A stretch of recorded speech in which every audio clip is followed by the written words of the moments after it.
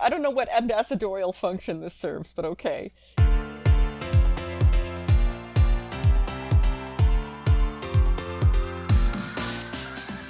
Hello and welcome to the EuroWhat, episode 263, dropping on April 8th, 2025.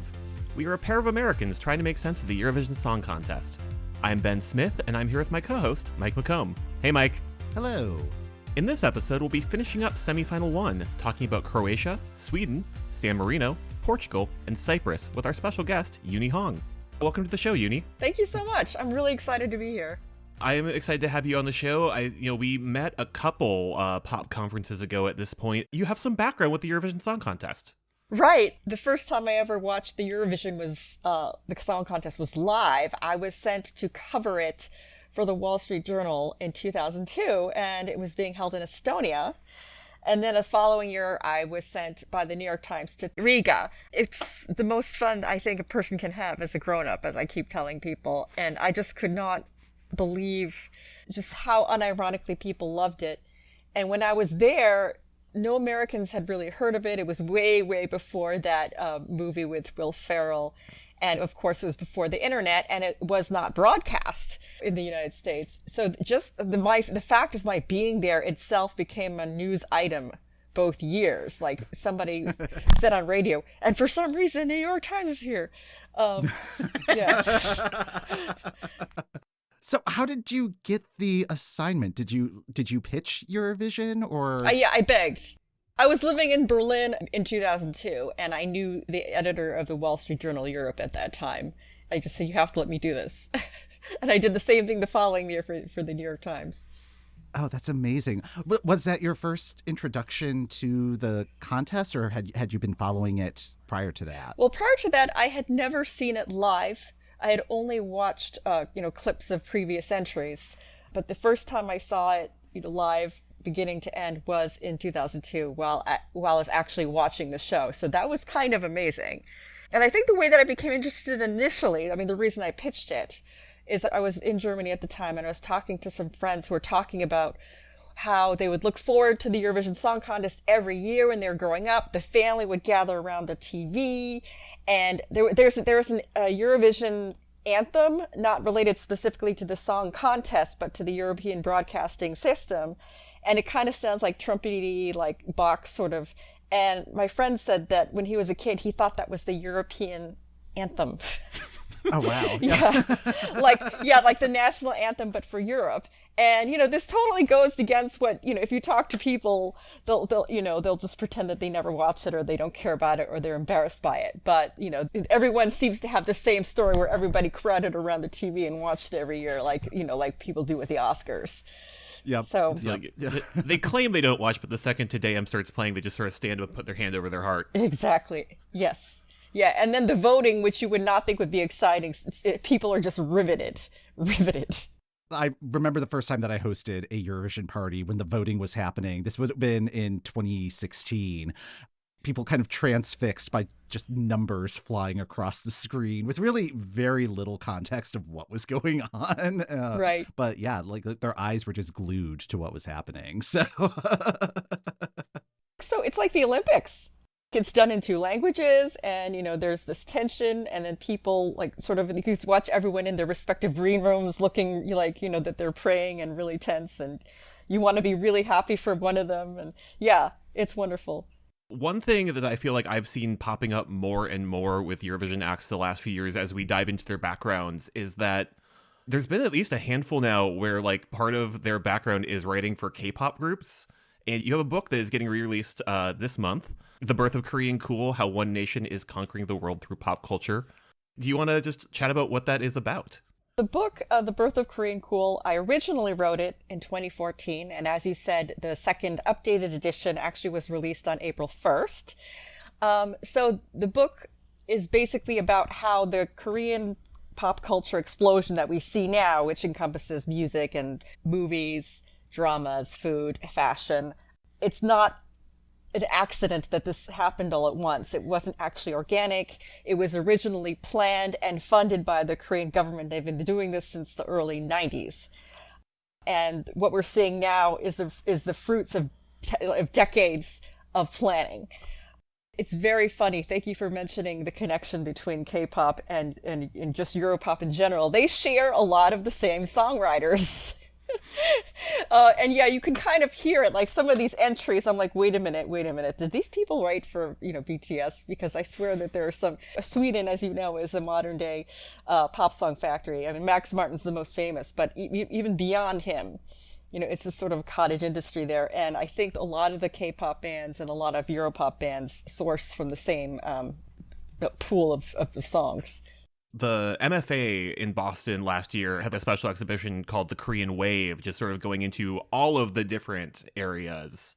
The centerpiece of that is the music industry, here are a bunch of K-pop act outfits.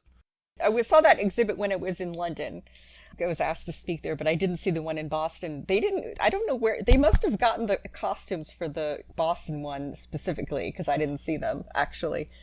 But that sounds pretty awesome. Yeah, what were some of the craziest outfits that you saw? The thing that was delighting me more so than any of the individual outfits is just like there were a bunch of clear K-pop devotees. Oh. Just sort of like that were just transfixed by all of these in the middle of the room, whereas I'm just like trying to get through all of the stuff because like they also had some of the stuff from Parasite, from like the rise of like all of the Bong Joon-ho side of things, right. All of the Like, I went to it expecting the pop culture side of it. I was not expecting, no, here's like a full wing on like K-beauty and all of the other areas that we don't think of, or at least that I don't think of culture-wise, where this has been expanding. Yeah, the thing that stands out to me is they had the actual bathroom from Parasite. Yes. Yes. Yes. And I was just like, why did they do this? Yeah, I was like, why is, yes. I think I had sort of the same mental thing, like this, it's cool that this is here, but also, why? Yeah. So like, this is not this. I don't know what ambassadorial function this serves, but okay, yeah. Let's dive into this week's entries. We are closing out the first semifinal, so we have 5 songs to talk about: Cyprus, Portugal, San Marino, Sweden, and then kicking things off, Croatia. Take a bite of my poison cake.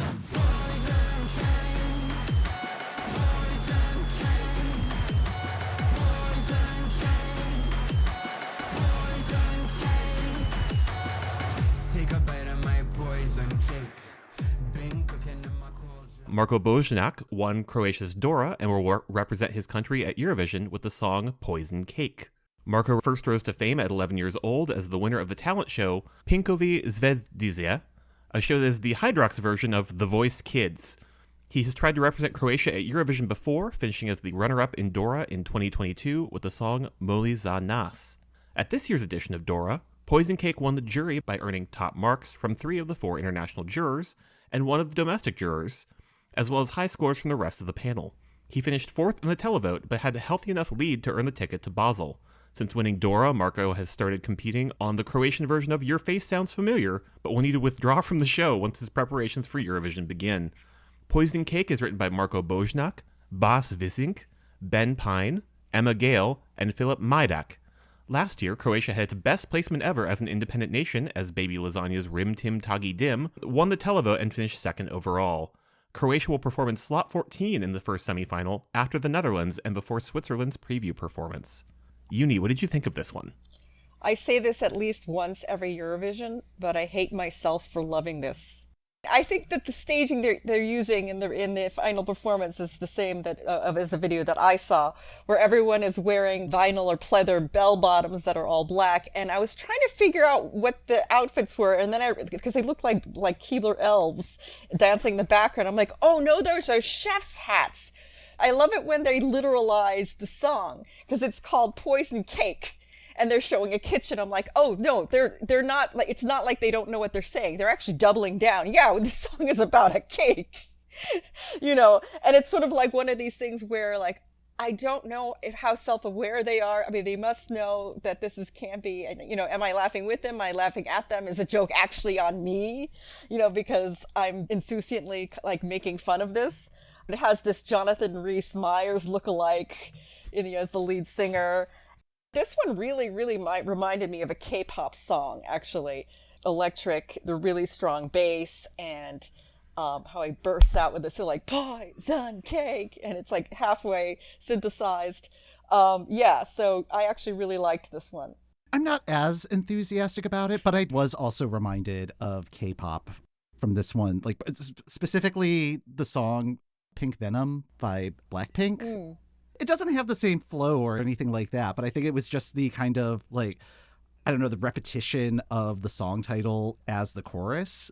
I'm really curious how this song came about. Like, my theory is like, had a dream where that phrase just kind of popped into his head and was just like, okay, well, I can just kind of use that as like a placeholder for now. I've got this tune that I can put to it. And then just kind of started riffing off of that. And it's like, oh, okay, I've got this like whole extended metaphor now. I guess we'll just roll with it. I don't think I will be listening to this one once the contest is over. But it's kind of reminding me of the reaction that I had with Bambi Thug last year and how I had a difficult time taking Doomsday Blue all that seriously, and kind of like it felt a little bit like a high school creative writing exercise. But Doomsday Blue was very successful, and this song was very successful at Dora. So it's resonating with people. I just don't happen to be people, so that is fine. Eurovision is for everybody, so I'm curious to see what the reception is going to be for this one at the contest. Like, is the enthusiasm for it going to carry through? Because it reached #1 on the Croatian charts. So, like, I mean, it wasn't just that it won Dora. Like, it is a popular track. This one's an interesting one for me. Yeah, for me, continuing its extended baking metaphor is something seems off in the ratio of ingredients. Is like, I like the general idea of this song. Part of it for me is I like this song. I'm not sure I like Marko as the singer of it. I like that it's playing with the super sweet side and the super hard side of things, but I almost wish they were flipped. Like, I wish that the verses were a little sweeter and then it really went hard in the chorus. Right now we've just sort of got this little pre-chorus that's like really cutesy, and everything else is trying to be a little bit harder edged, where I'm not sure he can fully sell how dark it needs to go. There's something about his performance that I don't buy. I'm also kind of concerned about the live performance, because the live video of this one, towards the end of it, and I don't know if it was just like a very rough week, because like Dora has a couple semifinals, so there's a couple rehearsals for that, and then by the time he gets to the end of the week, he's just fried vocally. But towards the end of the song, he's just kind of screaming. I wanted to know what you thought of the lyrics, because I actually have a favorite line here. I'm sure you do too. Which is, "You thought I was a servant slave, but I'm just a serpent snake." Yes. Yeah, it's sort of like a Eurovision pastime to make fun of the English lyrics, but I mean, this sort of, sorry to use this word, this really takes the cake. And like another, Yes. yeah, so like, what do you think of that? Like, why do they persist? This is more of a meta question. Why do they persist in having non-idiomatic English lyrics? Like, all they have to do is show it to like, go on Reddit and ask some Americans or native English speakers to look at it. Why do they persist with this kind of English, in your opinion? I think part of it might be kind of adopting the Swedish songwriting model of writing to the meter rather than having it make 100% sense. Ben, your thoughts? That's a lot of where it is for me as well. Going on vibes and just like, your brain is just like, yeah, this is great. And then unfortunately, if you're a native English speaker, every time I listen to the song, my brain does sort of come to a screeching halt at that line. Yes. My hang up is talking about putting the cake in the cauldron. It's like, that's not how... I mean, like, maybe it's like one of those British steamed puddings. That's a very creative save there, Ben. I accept that retcon, though. So Yes. I'm really interested to see what they do on the stage in Basel with this one. Mm-hmm. Yeah, me too. They're going to have more room to play around with. I think leaning into the bakingness of it all is a good instinct. Like, there is something like very strong visually for that, because like we're thinking about the backup dancers dressed like chefs. For whatever reason, I was underwhelmed by the performance at Dora, and I don't know what I was expecting like from the performance, but like going into the contest, just hearing the song and just be like, oh, okay, Poison Cake, they have stuff that they can work with here. And then yeah, like I don't know, they were just kind of relying a lot on the sprinkles background and the video art and stuff. But yeah, if they really kind of lean into this being like the Great Croatian Bake Off from hell. I don't know. Yeah, for whatever reason, just sort of the thing that my brain is coming up with of what I want to see out of this is just sort of like a dark Lisa Frank. I don't know how you do that, but just like figure it out, Croatia. You got time.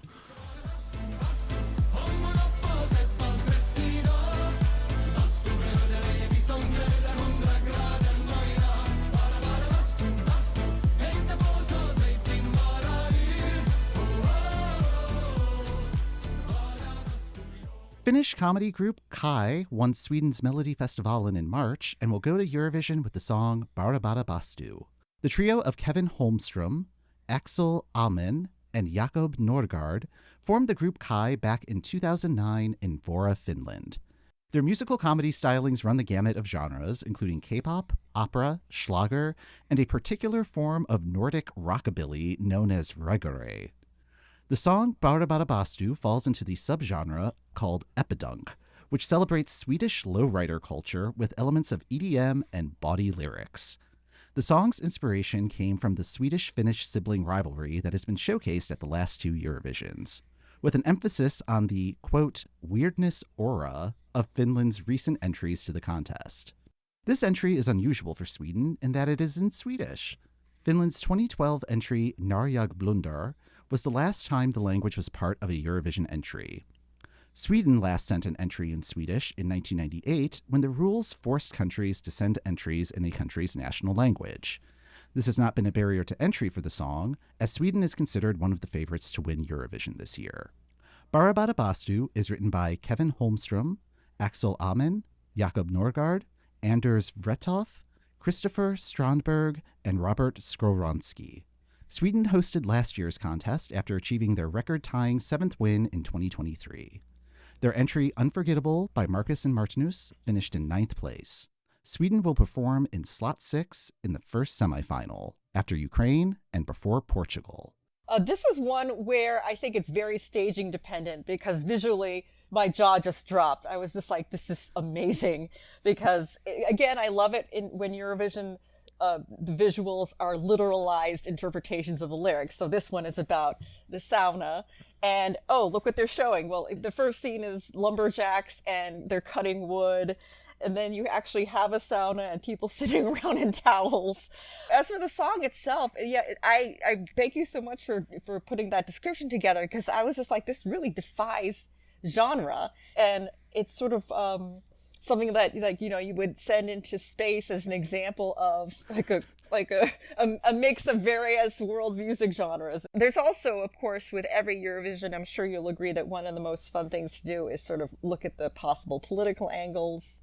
This is so interesting to me because, you know, Finland was a colony of Sweden for like 700 years.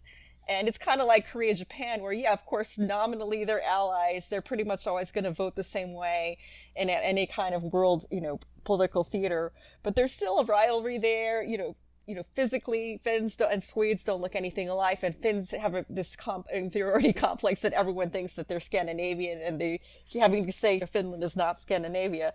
So I thought it was funny that they used both the Swedish word for sauna, which is bastu, and, you know, sauna, the Finnish word. It's sort of like, is this a rivalry or is it, you know, in fact, they're sort of more brotherly love. Again, I really, really liked this song, even just as a song. There's a guy who has a very, very deep voice where he goes, you know, bastu, like I can't even imitate it. It reminded me of the part of the song in the Barbie song where the guy goes, come on, Barbie, let's go party. And it's kind of like, like out of nowhere bass, and it has the same effect where it's just comical because it doesn't match the rest of the song in any way. Like, once these guys just sort of appeared on my radar at Melfest, I just went down the rabbit hole of, I need to know everything about this group. So I'm glad that you got both sort of like the weird Nordic rockabilly bit, Yeah. the whole Epidunk bit. I've been going down a rabbit hole of that because, like, I'm just like, this is such a weird subgenre of music that we have a name for. It's kind of delightful that we have an entry that does so perfectly capture the big brother, little brother energy that Sweden and Finland have. They have found a way to get along instead of just sort of doing, I'm not touching you. On a cynical level, like, it's nice that Sweden, who is generally very good at sort of taking the pulse of what's going on in the contest and doing their version of it, has finally gotten on board the sort of, oh yeah, like weird little songs in native languages. We could do that. I'm delighted they're sending a song in Swedish. I'm delighted that this has been so warmly received by both Sweden and Finland, because like Finland is just like, we have 2 entries in the contest this year. They are basically having Torilla for both Erika Wickman and these guys. Sweden, it feels like so often sticks to whatever playbook they set up at Melfest with the staging of this one. And this is a time where I'm like, they might rework the staging on this one, if only because there were more than 6 people on stage. They had to figure out what the 6-person version of this is. But it also feels like Kai as a group is willing to go, okay, but like, how can we tweak this a little bit for the Basel stage? How can we make this bigger? Which is what Finland has been doing the last few years. It's like, okay, we've got something fun and popular. How can we make the version of this that goes up to 13? So I'm just excited about this one. I'm glad that it has a lot of momentum. Like, everything I've done diving into them, like, their background is super interesting. They've been doing this a while, and they're all fairly good musicians. Like, they're like, one of the clips that's been going around is Jakob doing a version of Nessun Dorma. Wow. Yeah. In Kai fashion, the group has made the lyrics about getting a car out of a snowbank. Wait, is that what the original is about? Oh, wait, I think I misunderstood. I haven't seen Tosca. I don't know. Maybe that's what Tosca's about. Yeah. They've recently, in like their live shows, they've been bringing it back, and they have a different set of lyrics that are about taking the little Finnish cruise boat that goes over to Estonia so you can buy alcohol cheap, and forgetting to bring a cart and having to struggle to bring it back. The fact that they're doing that and just like, oh yeah, no, like we can make the lyrics close enough to slot into the melody of Nessun Dorma is just like, there's real musicianship behind it, and it's nice when there's like a fun song that also you can see the musical bones behind it. You should have a separate contest where everybody has to set lyrics to Nessun Dorma. Yes. with a ridiculous plot. What is Eurovision's version of like the Bake Off technical challenge? Exactly that. I'm just so excited by this one, and like it's catchy, it's fun. I did not think I was gonna be rooting for Sweden this year. And like, I don't know, like I wouldn't be mad about this one getting them an 8th win. I like this entry. I don't think it's my favorite entry this year. I think there are other things that I like more than this. But yeah, this is so refreshing coming from Sweden. I've been very critical of Sweden, I think, the entire time that we've been doing this show. I was about to say, this program has been very critical of Sweden. Yeah, just because it feels like they kind of send the same thing every year and are like, it's just like product of the Swedish music factory. But this one, it's pulling on so many elements that I think are missing in this year's contest. The overall performance feels like something that Moldova would try to send. Like, it was reminding me of their 2018 entry with the IKEA closets and the twins and all of that. Listening to the music, it has kind of this like Russian march feel to it. So like just really having that like really strong Eastern European sensibility. And their wardrobe also kind of reminds me of the Trololo guy. Yes. And yeah, so it's like, okay, it's like pulling on these other influences. I don't know how intentional that is, but I think it is there. I really do hope that there is a difference in their staging. One, because their video is one of the most viewed videos on the Eurovision YouTube channel for this year's contest. So I'm just worried that people are like, they've already seen what would be presented in this case. I think one of the things that made this entry work so well at Melfest was I don't think anybody was expecting this to win. This year, in a change in Melfest, they released the songs ahead of the live performances. So I can imagine people listening to this track the Friday before it debuted and being like, okay, there's this song about saunas. All right, whatever. And like just completely dismissing it.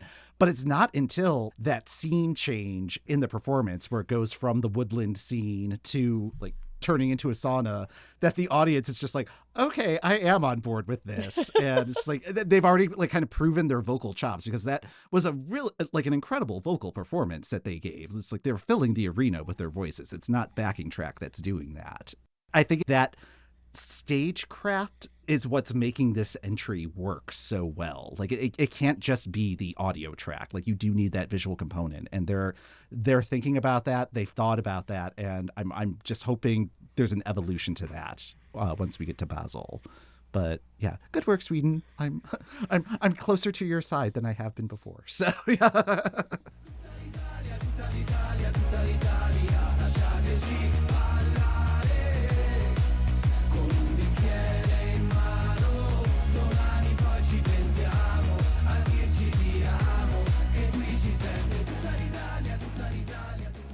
The most serene Republic of San Marino will send DJ and producer Gabry Ponte to Eurovision to sing the praises of their neighbor with the song Tutta l'Italia. Gabry Ponte was one of the founding members of the group Eiffel 65, whose song Blue da Badi was an international chart topper in the late 1900s. Ponte left the group in 2005 to pursue a solo career. Since then, he's become one of the most streamed Italian artists in the world alongside house music producers Medusa and Eurovision winner Måneskin. Ponte was part of Eurovision in 2022 as a member of the writing team behind Austria's entry Halo by Lumix and Pia Maria. Prior to this year's San Marino Song Contest, the song Tutta l'Italia was used by Italy's Sanremo Festival throughout the television broadcast as bumper music and a de facto theme song for the competition. Tutta l'Italia is written by Gabry Ponte, Edwin Roberts, and Andrea Bonomo. San Marino is looking for its first grand final appearance since 2021. Last year's entry, 1111, by Spanish rock group Megara, finished in 14th place in the second semifinal. San Marino will perform 11th in the first semifinal after Azerbaijan and before Albania. Mike, how do you feel about this one? I need San Marino to figure out a different way of selecting their entries, because this is another one that just is not working for me. I was not following San Remo super closely this year, so I was not subjected to Tutta l'Italia as much as other Euro fans were reporting on Blue Sky, being like, this song will not leave my head. It just feels so monotone throughout the track, and DJs just don't work at Eurovision. Like I was checking the standings of previous DJ setups. You had Lumix in 2022. He finished in 15th place in the semifinal, did not advance. Darude in 2019, 17th in his semifinal. Gromi in 2018, 14th in his semifinal. Like the closest I could find was Deep Zone, Bulgaria's entry in 2008. They finished 11th in their semifinal. I think part of the issue is like you have a DJ, they're behind their computer, and you have a different person who's the vocalist. It's a genre that should work. I don't see why a particular song type should not be successful at the contest, but I think this like particular setup just has challenges that I'm not sure how to overcome them at the contest. I think the only thing that this has going for it at the moment is Italy is voting in this semifinal, so like San Marino will hopefully get some points, but I don't see the general public being enthusiastic about this one compared to other options that are out there. Euny, what are your thoughts on this one? Yeah, I was kind of meh on this song for a couple reasons. Sometimes genre confusion is really fun, like we were just talking about with Bara Bastu. And this one, it was not fun. It was simply confusing because it starts off with an accordion bit that sounds like it's a jig. And then it becomes sort of more generic Italian pop. And, you know, even though I do like Italian pop, this was just sort of like very like textbook, you know, sort of 90s, early aughts. One criticism that a lot of Eurovision songs get is the lyrics just sound like people are just saying words. You know, and this one was kind of like, oh, they're talking about the Mona Lisa and then spaghetti. I'm not sure if this is a celebration of Italy or if it's a joke about Italy. And then I also have, again, like, I have questions about San Marino's participation in general that you could possibly answer. Like, why? I'm not saying that they should not have an entry, but if they do, why is it about Italy? Like, if Monaco had a song that was about celebrating France, I think that would be really strange. It's like, why don't you use your entry to do something that's related to you as a principality? Like, what's San Marino's deal in Eurovision in general, I guess? That may be the eternal question. Yes. Yes. But yeah, like it's particularly weird this year because like San Marino has the San Marino Song Contest. It used to be called Una Voce per San Marino, and it's a televised competition, and there's auditions and a semifinal and finals and stuff, but there's no public vote to it. It's basically an internal selection that's being televised, and like we're just seeing the sausage being made, like the entire process for that. RAI, Italy's broadcaster, has some sort of ownership stake in San Marino's broadcaster. So I think they were calling some of the shots with this year's contest. And I don't have any actual knowledge of this, but it would not surprise me if perhaps there were some deals made that may have given this song an advantage, given that it was used so heavily in San Remo. I don't know if it was a case of this song couldn't compete at San Remo for reasons. And so it's like, well, we can have the San Marino Song Contest. How about that? And yeah, maybe it was guaranteed a slot through that. I don't know. Big old allegedly behind everything I just said. But San Marino has just like a particular set of challenges at the contest that other countries just do not have. Like being such a small country, they're not able to do televote because their phone system is integrated with Italy's phone system. So everything is like jury and then composite of like voting partners. And then since they are such a small country, they don't have the largest pool of singers to choose from. I think they've only been represented by a San Marinese group once. I like what you've covered about all of the times the DJ has failed, because I was running that back today as well. I'm just like, this is just Darude all over again. At least with Darude and with Lumix, they credited their vocalist instead of it. I mean, on the other hand, it's like very much in the Italo disco tradition to just like have your sort of anonymous vocalist, or just have them name something like Susan. I don't know what to do with this one, because it just kind of sits there. The Italian stereotypes in this one do kind of nicely neutralize the ones in Estonia's entry, so I think we're at like a pH of 7 by the end of the night. Just sort of sits there for 3 minutes. You have the two tuxedos mask singing the song. You have some dancers. You have a person miming the tambourine thingy at the wrong times. Like, have you seen that one performance of Fifth Harmony performing Work From Home where like one of them is banging a hammer on the bulldozer? No. I will be following up with a video link. The fakest performance of Work that you... and just like, again, just sort of like there's a man who's just like shaking a very large tambourine in the background. There's no tambourine in the backing track. Gabry Ponte is there, and he is pushing buttons for some reason because like we need to do something on stage. But it's there, and I don't see it qualifying. I'm glad that they're here. Actually, am I glad that San Marino is here? Because this is like the third year. Well, no, I liked last year. But yeah, like just their process, I don't know what they're doing.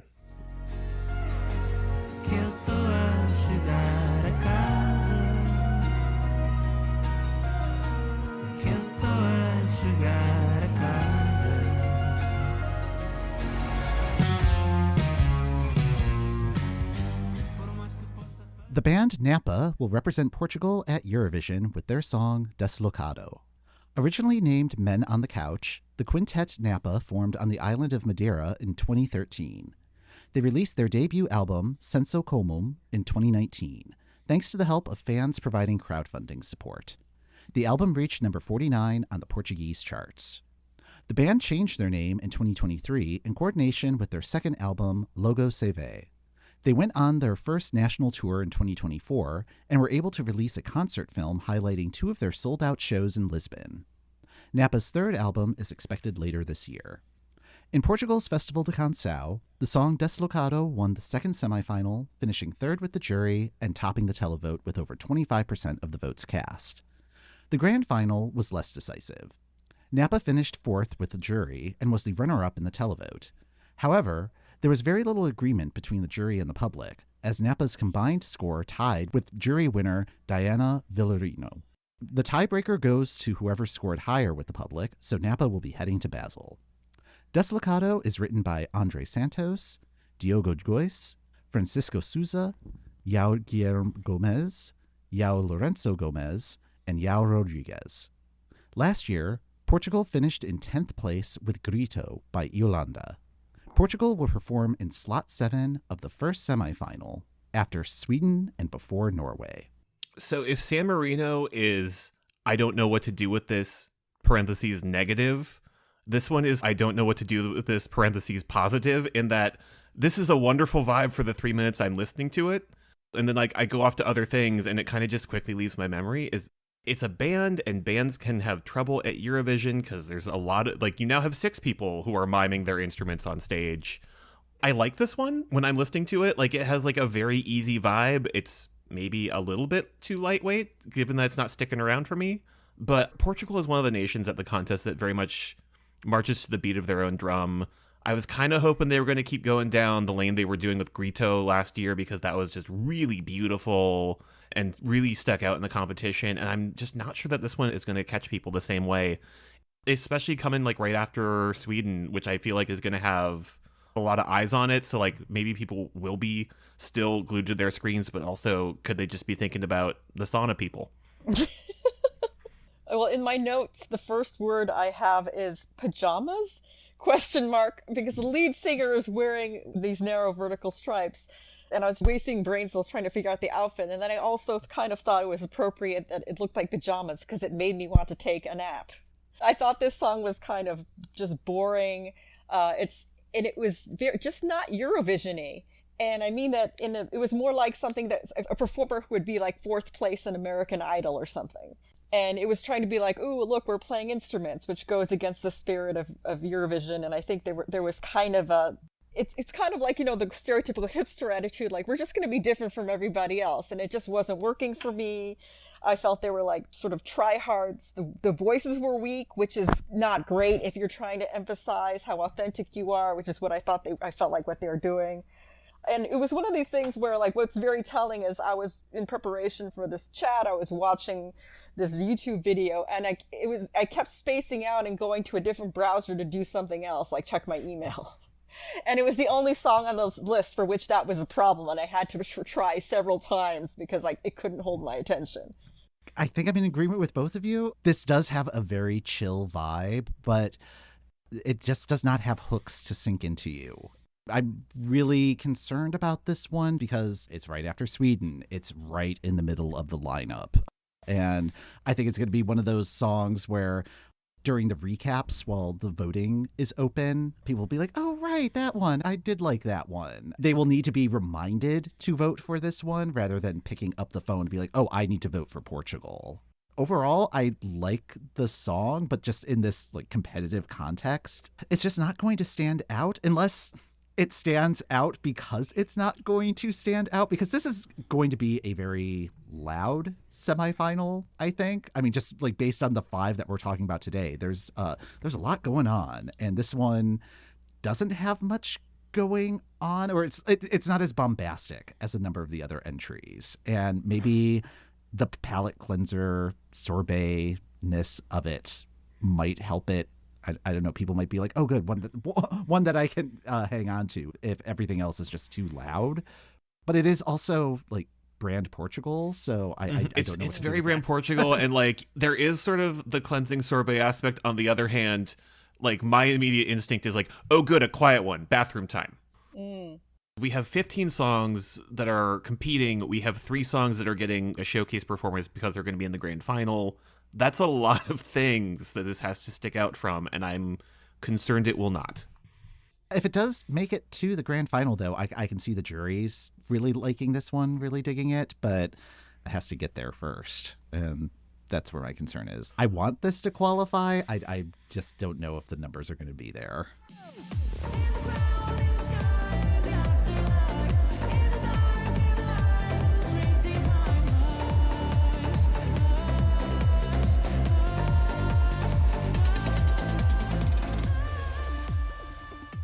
Theo Evan will represent Cyprus at Eurovision with his song, Shh.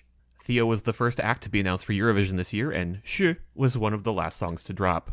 Theo has been singing and dancing since he was 7 years old and studied music and performance at Berklee College of Music in Boston. He released his first single, The Wall, in 2021 and has spent time in Los Angeles working on his music and doing some acting on the side. He was an extra in an episode of the HBO drama Euphoria. Shh. I keep calling it like it's Mama Shh. Apologies, Cyprus. Shh. Which, like, put a pin in that because I have a question for the group once I get done with this. Shh is written by Dimitris Kontopoulos, Elka Teal, Elsie Bay, Lasse Nyman, and Linda Dale. Kontopoulos and Teal also wrote last year's Cypriot entry Liar, performed by Celia Kapsis, who finished in 15th place. Theo will be the first Cypriot-born representative for the country since 2017. Cyprus will close out the first semi-final following Switzerland's preview performance. All right, question to the group. Why isn't this song called Hush? I was going to ask you that. Yeah. I'm glad we're in agreement. This is a terrible discussion question because we're all in agreement, but just like every time I listen to it, I'm just like, why isn't this song called Hush? It's a more melodic word. Right, and as you demonstrated, the presenters are gonna keep flubbing. Are they gonna say sh or sh? I don't think they know either. Like, I think the song is fun. The more I listen to it, the more I'm like, okay, like it's weird, and like I think that like the video for the song is doing a lot of heavy lifting, and I really want to know what he sounds like singing this live with whatever they have planned, because this is one of the songs where we don't have a live performance yet. It's interesting. I think it's a good choice to close things out. It has. Like, just from the video, I feel like there's high potential for some pyro to happen, to have, like, a big moment to close the night out with. What is this one doing? I really liked the earnestness of the performance. And there was something, like, there was a nostalgia aspect. It reminded me of, like, going clubbing when I was younger, and that feeling that you would get in a club, like I feel like kind of an... but that's also kind of a very cool feeling at the same time. I don't know if he could sing well. I saw something where he was sort of doing a cappella, and I was a little bit worried for him, but I think he might also have dance training. And he moved his body very gracefully, so I hope that he can use that to his advantage in the performance. I've just really liked the sound. It reminded me of Cascada's Every Time We Touch, and also some K-pop songs, like TVXQ, and it was sort of it would and Timberlake even. And for me, it was nostalgic in the best way, even though I'm sort of allergic to sincerity, like a lot of people who love Eurovision are. But I really love the sincerity in this case. This one, I'm still trying to wrap my head around. I have a suspicion this was originally written for Cilia Capsis last year, like just because like the opening lyrics about his golden locks, he is not blonde, but Celia is, and maybe this was one of the songs that they tried with her. I could see why they ultimately would not have done that, because I don't think her vocal tone really matches what this song needs, or like I don't think it would have been a good fit. So I think they made the right choice by going with Liar, but they are introducing some confusion here by like maybe not changing the lyric. Like there's just so much going on with this one, and I'm really kind of baffled at how they are going to stage this. I think this could either be a complete disaster, like a total hot mess, or it could be a contender for the win. I think you're right.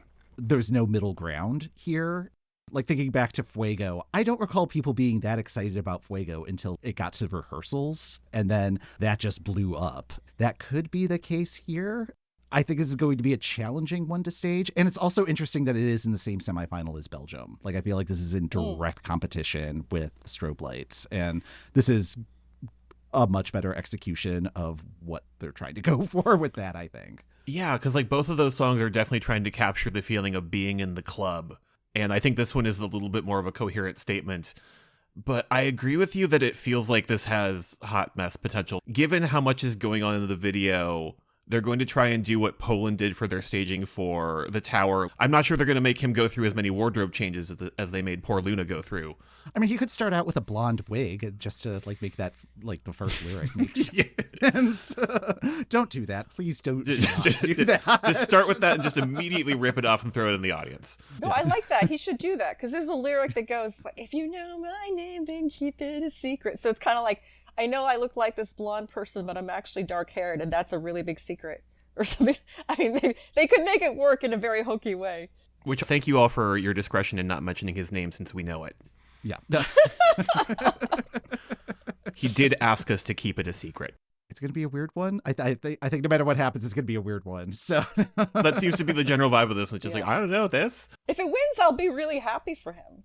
Oh yeah, and for Cyprus, because they've been hungry, like ever since Fuego. They've been hungry for it. Mm-hmm. So, Euny, thank you so much for joining us. This has been a delight. Thank you. Have you been paying attention to any other Eurovision entries this year? Anything else that has captured your attention?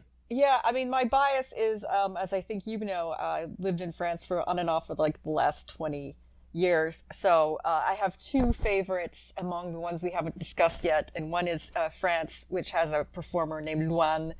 And the song is called Maman. And it's, a very touching ballad about her mom. I like a couple things about this. One is just the fact that France is really getting behind it, because it's one of these countries that pretends they don't care about Eurovision. But this song, they debuted at a major rugby match in front of 80,000 people. And I love that they gave it this place of prominence. I love that it's very French, in the sense of the warbling tradition that you kind of hear in Celine Dion's voice. I mean, it has that old chanson style that's been preserved. And I love that they kept that. Switzerland has a song by an artist called Zoé May. The song is called Voyage, and it's a very different style. I would compare it to Yael Naim, this kind of high voice, sort of whispery song, very playful. But I think that's also, very beautiful, and they're both, I think, very appropriate in the tradition of French language Eurovision songs. I would agree on both of those. It is kind of wild. There's so much French in Eurovision this year, and I think this is the one set of songs in our entire series this season where there is no French. And I don't know how that happened mathematically, but apologies for that. Oh, that's quite all right. Yeah. I hope they do well. I'm rooting for France. Is there anything that you'd like to plug or point our listeners to?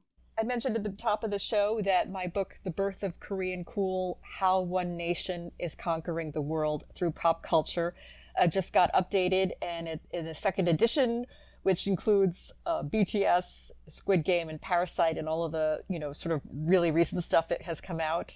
So that is coming out this month. And read my cultural criticism. I read a lot from places like the New York Times and the Post, and just follow me, listen to me, Google me, read me, touch me, feel me, see me, hear me. Thank you. This was fun. Excellent. Yeah, we will have links to the book and your website in the show notes. And that's going to do it for this episode of the EuroWhat. Thanks for listening. The EuroWhat podcast is hosted by Ben Smith and Mike McComb.